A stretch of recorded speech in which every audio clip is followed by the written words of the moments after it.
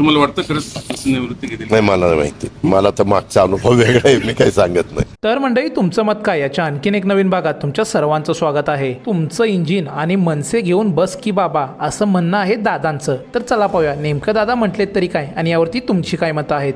राज ठाकरे म्हणतात की शिवसेना पक्ष बाळासाहेब ठाकरेंचा आणि राष्ट्रवादी काँग्रेस पक्ष शरद पवारांचाच आहे, त्याच्यावर कुणाची मालकी नाही. त्याला म्हणा तुमचं आपलं इंजिन आणि ती मनसे घेऊन बसतं, तुम्हाला काय करायचं बाकीच्यांचं कशाचं काय. आज लोकशाहीमध्ये लोकशाही बहुमताचा आदर केला जातो आणि कार्यकर्ते, नेते, विधायक, पार्लमेंटचे मेंबर हे सगळे मिळून ठरवत असतात. पक्ष असा काही कुणाच्या एकट्याचा मालकीचा नसतो. आता पवार साहेबांनी मध्ये काहीतरी मी ऐकलं की मी आता 1.5 वर्षांनी उभा नाही राहणार कुठल्याही निवडणुकीमध्ये. म्हणजे तुम्ही असं बातम्या दिल्यात की निवृत्तीचे संकेत वगैरे असं तुमचं बातम्या चालल्यात बाबा.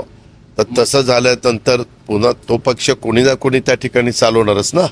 तुम्हाला वाटतं खरंच तशी निवृत्ती घेतली? नाही, मला नाही माहिती. मला तर मागचा अनुभव वेगळा आहे, मी काही सांगत नाही. तर प्रदीप मोरे यांचं असं म्हणणं आहे, जिकडे बहुमत तिकडे दादा.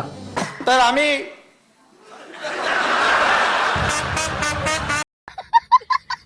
तर दयानंद यांचं असं म्हणणं आहे की हे त्यांचं इंजिन आणि मनसे सांभाळतात आणि ते सांभाळणार व्यवस्थित. ते तुमच्यासारखं चोरून आणि लुबाडून आणलेलं नाहीये, स्वकर्तृत्वावर मिळालेलं आहे ते.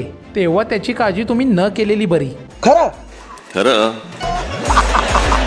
तर आता राव यांनी राजसाहेब यांचा इतिहासच मांडलाय. तर तुम्ही ही व्हिडिओ इथे पॉज करून ही कमेंट वाचू शकता आणि तुमचं मत काय राजसाहेबांबद्दल हे आम्हाला कमेंटमध्ये कळवायचं एवढं विसरू नका.